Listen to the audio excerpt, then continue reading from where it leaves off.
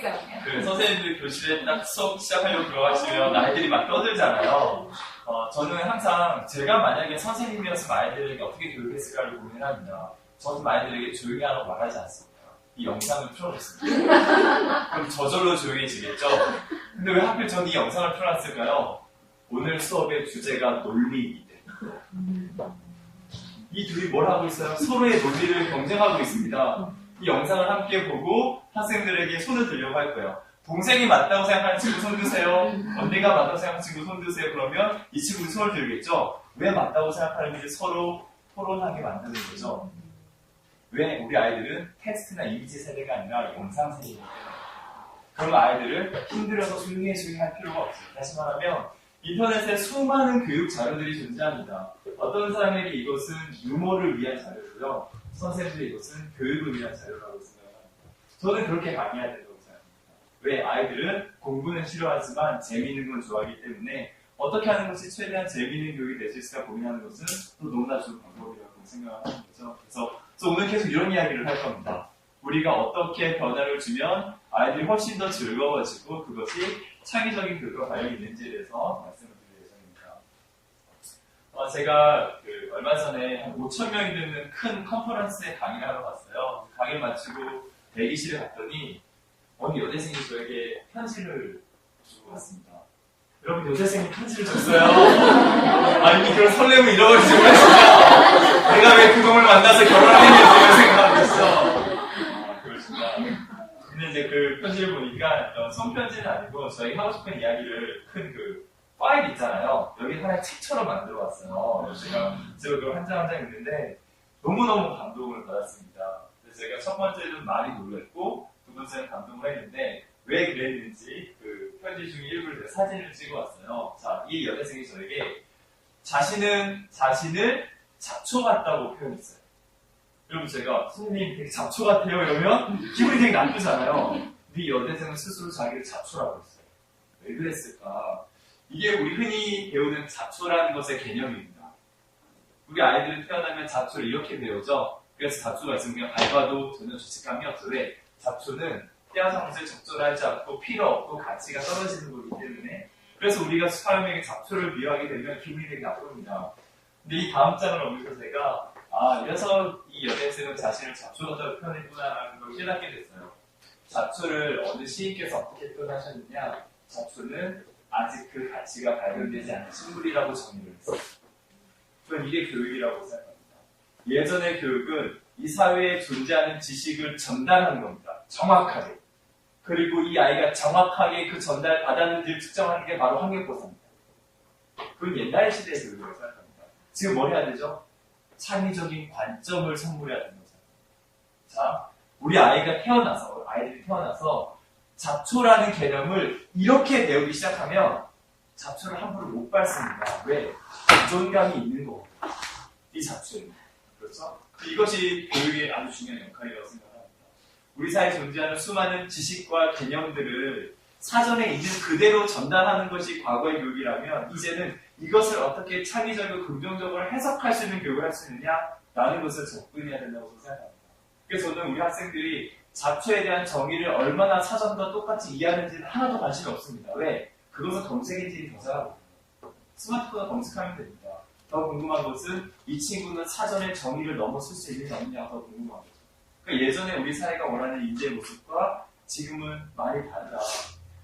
제가 일을 하고 있는 구글 같은 경우에는 사실 지금 전 세계에서 가장 혁신적인 기업 두 곳이 구글과 애플이라고 합니다. 그래서 저희 회사에는 정말 그런 창의적인 인재들이 많이 계신데 이들과 함께 제가 경쟁을 하면서 토론하면서 일을 하면서 느끼는 것은 내가 예전으로 돌아간다면 나는 그렇게 학창시절을 보내지 않았을 것이라는 후회가 되게 많이 있었습니다.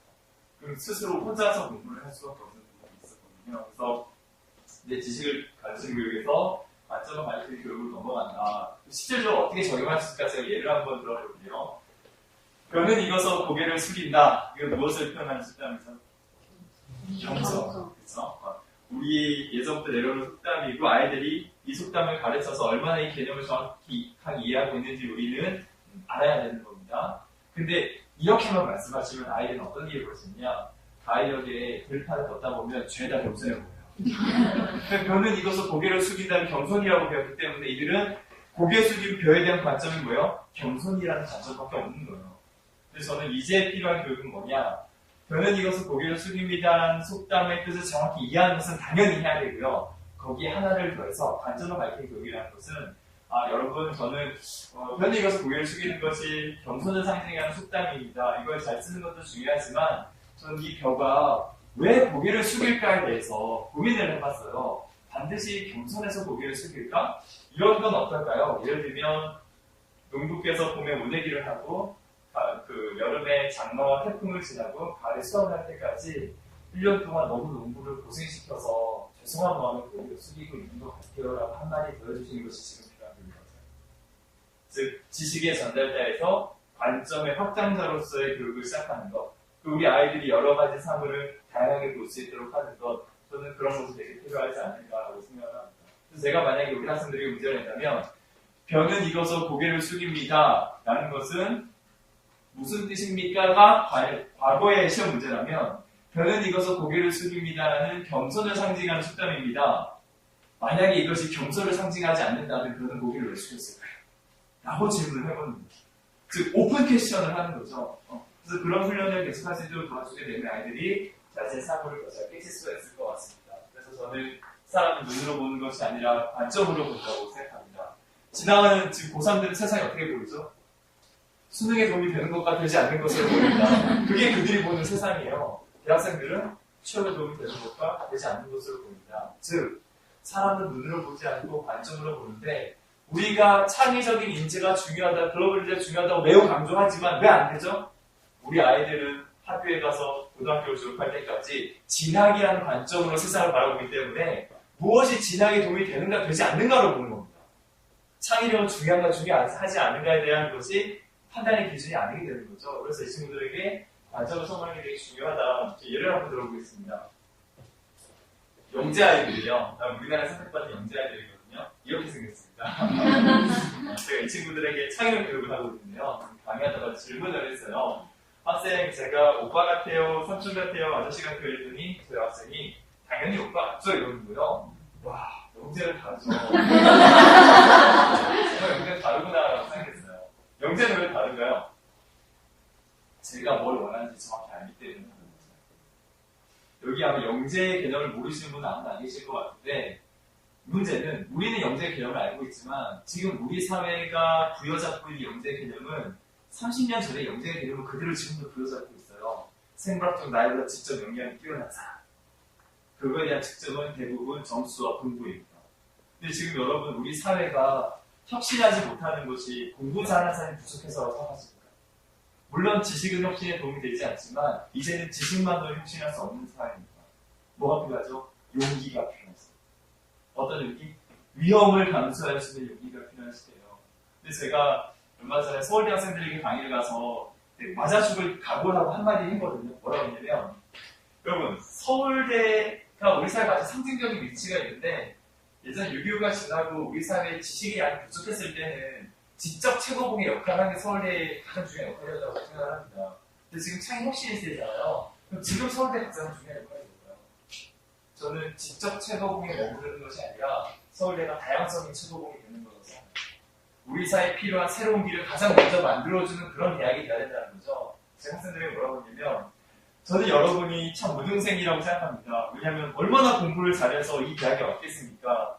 근데 저는 여러분은 우등생이라고 생각하지만 리더라고는 생각하지 않습니다. 왜냐하면 예전에 우리 사회는 우등생이 곧 리더였습니다. 그래서 우등생에게 온갖 사회의 리더 자리를 다 줬습니다. 근데 지금 제가 보는 서울대생들은 우리 사회에 존재하는 길 중에 가장 안전한 길을 가장 먼저 차지하기 위해서 가장 열심히 노력한 학생들입니다. 그래서 여러분 우등생이지만 리더는 아닙니다.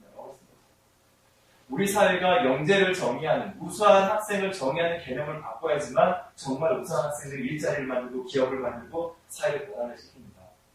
근데 창의혁신이 중요하다고 말하지만 교문 앞에는 도시 합격생 현수막만 보입니다. 저는 이런 게 문제라고 생각합니다. 그럼 학생은 어떻게 생각하죠? 역시 저게 제일 좋은 꿈인가 봐. 공부 잘하는 애들은 죄다 법대로 가고 의대 가려고 하죠. 그래서 저는 교육에서 가장 많이 쓰는 표현 중에 하나가 자원이라고 하잖아요. 이번에 우리 무슨 자원이 들어왔다고 끝나잖아요.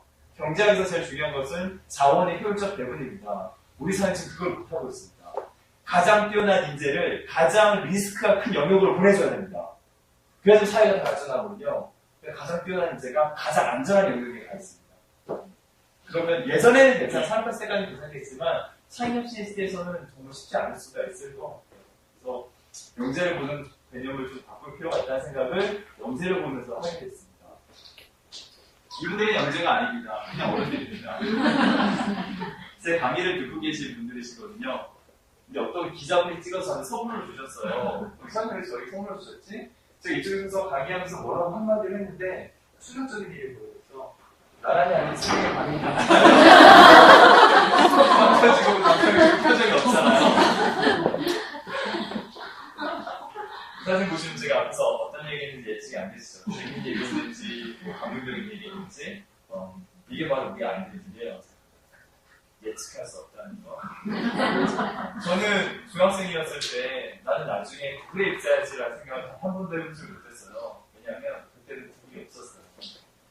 근데 지금은 많은 학생들이 구글이나 애플이나 페이스북에 입사하고 싶어 합니다. 예전에는 없었거든요. 어떤 시대를 살고 있어요, 저는? 제가 중학교 때 상상도 못했던 시대를 지금 살고 있습니다. 그렇죠? 그럼 우리 아이들이 10년 후에 사회에 나오면 지금 이 시대가 그대로 기다리고 있을까요? 너무 재밌는 것은 진로 상담하시는 분들께 강의를 가다 보면 이 진로 지도가 마치 10년 후에도 이 사회가 그대로 존재할 것 같은 기준으로 진로 지도가 시작됩니다. 그래서 PD 되고 싶은 친구들은 여전히 신방과 보내면 되는 거예요. 좀 그런 시대에 지나가고 있다고. 그러니까 이제는 변화에 초점을 맞춰서 진로 지도를 해야 되는 시대다. 그리고 오히려 더 기본 팩트 베이직을 해야 된다고 생각합니다. 왜? 사회가 너무 빨리 변하기 때문에. 그래서 제가 이 사진을 보면서 우리의 미래라는 생각이 들었는데 이 사진을 그 영재아들이 보여주면서 질문을 했어요. 왜 그 학생이 우리의 미래라고 했냐면요. 진짜 들으면 너무 안타까운 이야기인데요. 초등학교 남학생이 이 사진 우리의 미래입니다. 왜냐하면 갈수록 모습을 잃어버리고 있기 때문에. 초등학생, 중학생, 고등학생이에요. 정말 너무 마음이 아프죠. 그 아이 학교에서 얼마나 칭찬받으면서 트라우마를 느끼겠습니까? 그거 잘하냐고. 제일 불행한 사람은 누구예요? 내일이 너무 불행해질 걸 알고 사는 사람. 그게 우리 아이들이라면 정말 너무 불행하다는 생각이 들었습니다. 그래서 그 친구와 제가 이 사진을 다르게 보는 이유는 결국 시력 차이가 아니라 관점의 차이라고 볼 수가 있겠죠. 15년 전으로 한번 돌아가 볼게요. 근데 우리나라에서 공부 제일 잘했던 이과생이 어떤 학교가 있어요. 원래는 서울대 의대를 제일 많이 가죠. 근데 그보다 힘이 있었던 게 있었죠. 경희대 한의대. 기억나시나요? 네. 요즘 약간 한의사가 좀 예전 같지 않지만 옛날에 진짜 인기 좋았어요. 돈 잘 벌고 우리 사회가 경제 수준이 높아지니까 건강에 대한 관심이 높아져서 돈 지출을 많이 하셨나 봐요. 근데 그런 것이 괜찮아요. 예측할 수 없는 거죠. 우리 아이 미래니까 그렇게 알려주신 거예요. 괜찮아요. 그렇게 15년이 지났잖아요. 근데 지금 사실 한의사분들 예전 같지 않습니다. 한의사 많이 하셨는데 한의원 가는 분들 많이 줄었어요. 15년 전에는 피로하면 보약이 떠올랐어요. 요즘 피로하면 간 때문이에요. 한국 가서 의사 사 먹는 거예요. 한의사가 차돌이랑 막 경쟁을 하고 있어요. 근데 15년 전에 미래가 이렇게 될 걸 알고 그걸 선택하지 않으셨겠죠. 왜냐하면 전문직이라는 건 뭐예요? 변화로부터 보호받을 수 있다는 욕망이 반영된 거라고 생각합니다. 그러니까 내가 이 전문직을 선택하면 내 삶은 이걸로 보장을 받는 거예요. 그게 예전에는 가능했어요. 근데 지금은 너무 세상이 빨리 변해서 예전 같지는 않아요. 물론 낫기는 하지만 근데 제가 오늘 소개하고 싶은 친구는 제가 아는 어떤 동생인데 이 친구 공부를 날렸던 친구, 막 전국 몇 등을 올렸던 친구거든요. 그래서 경희대 한의대를 갔어요. 그 당시에. 지금 한의사가 보여있어요. 이 친구는 한의대 시장이 어려우니까 한의사로 그 전문성을 부여잡고 안주하지 않고 어디로 갔느냐? 여행업계. 그래서 차별을 하고 있어요. 한의사들이 여행업계로 갔으니까 이 친구는 어릴 때부터 여행을 되게 좋아하고 사람 만나는 걸 좋아해서 한의대 다니면서도 방학 때만 되면 막 전 세계를 여행했던 그런 친구예요. 그래서 여행객을 위한 숙소 사장님이 되고 싶었어요. 그 게스트하우스라고 그러죠. 그런 사람들 많이 만날 수 있잖아요. 근데 어떤 게스트하우스냐? 여행 갔으면 막 발도 뛰고 배도 아프고 머리도 아프죠. 나의 게스트하우스에 있는 사람들에게는 내가 직접 진맥도 해주고 침도 놔주고 보약도 지어주고 부항도 떠줍니다. 돌팔이가 아니에요. 경희대 한의대 출신이에요. 친구의 그 게스트하우스 홈페이지에 가면 사진이 있습니다.